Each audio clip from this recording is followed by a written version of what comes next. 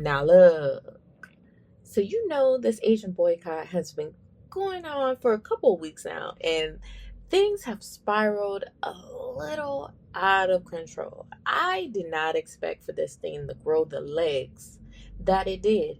We have people begging and pleading the Black community not to do this. And I told y'all in our this first video I did on this boycott, that I knew we were onto something because of how people were reacting. Just to the idea of the Black community boycotting, just at the idea of the Black community coming together and circulating their dollars within their community, which, might I add, everybody else has been doing it. While I have been pondering all this, because people have been calling us racist, bigots, and everything else. And then I couldn't help but to remember this clip that I had saw a few years ago, where this Asian man really said the quiet part out loud. He said the part that many try to brush over and act like it's not a real true sentiment or idea. This guy, he was doing social experiments where he was going around and asking people if they could be a different race, what other race would they want to be? And I always find it was really interesting because I want you to see how he responds to this thing. Be any race other than the one you are, which would it be? White. So I get white privilege. Huh? So I know you're probably thinking, oh, well, there's just one Asian guy, and I know he says that he wants white privilege. But I mean, it can't be that bad. It can't be, let's see. Does anybody else have the same sentiments? If you could be any race other than the one you are, which would it be? I feel this is a trick question. Honestly, white, because white privilege. What is your current race? Asian. Oh, so she did as well. She said white privilege as well. What I find interesting too, with all their answers when it comes to white privilege, it's about their safety and what they want, but no one's thinking broader than that. No one is like, oh, I want to get this white privilege so that I can help dismantle this institution of colonization and racism. Let me use my privilege to do something for the larger scope of man, of the humankind. But no. They're focused on self. And you might be thinking, how do you know? How do you know? I mean, she said she wanted to keep herself safe. But let's see. Let's see if we ask an Indian gentleman what he would say. Let's see if he would say differently. Be any race other than the one you are, which would it be? I think we both would agree on the answer. I would say white. I'm Indian, so I would say white probably in this country so I could get to where I really want to get to. Oh, so he didn't say nothing differently either. So the Black community is really out here just by ourselves. And when I say we're by ourselves, because when he started to ask the Black people, this was their answers. Be any race other than the one you are, which would it be? I wouldn't be any other race. I like my race. If you could be any race other than the one you are, which would it be? Black. No, I was just going to say the same thing.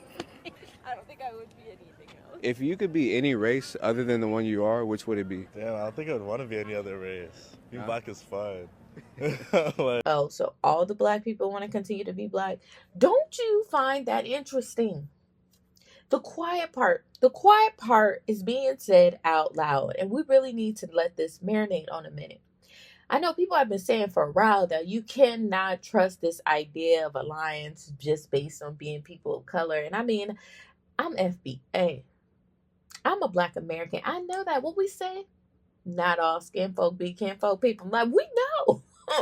We know we cannot base loyalty based on how people look. We already know this. It's very interesting to see this all transpiring in a different way. They're really saying the quiet parts out loud. They're really showing us what it is that they really care about. And like we said, hit them in them pockets.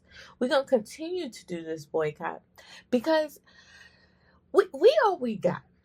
Okay, that's really what I came to the conclusion to. I kind of already felt that. And if you watch my content, you get the sentiments of that and who I ride for. And I'm just looking for my tribe to continue to build and find community and coalition with people. We got things we're working towards. We got things we're trying to obtain.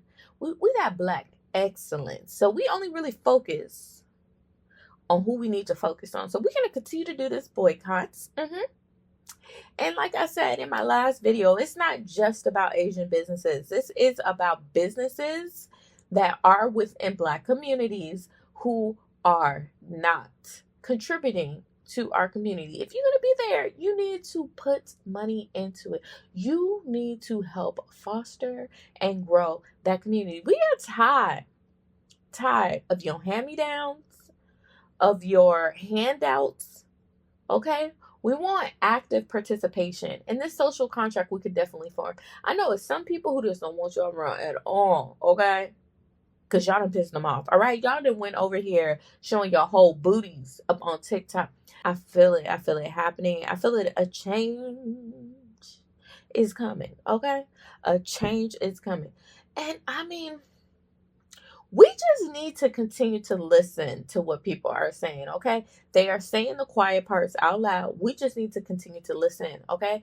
And keep pushing, okay? Keep focusing on this boycott and continue to circulate those Black dollars into Black-owned businesses. All right, so we got our first super thanks on this channel on our last video.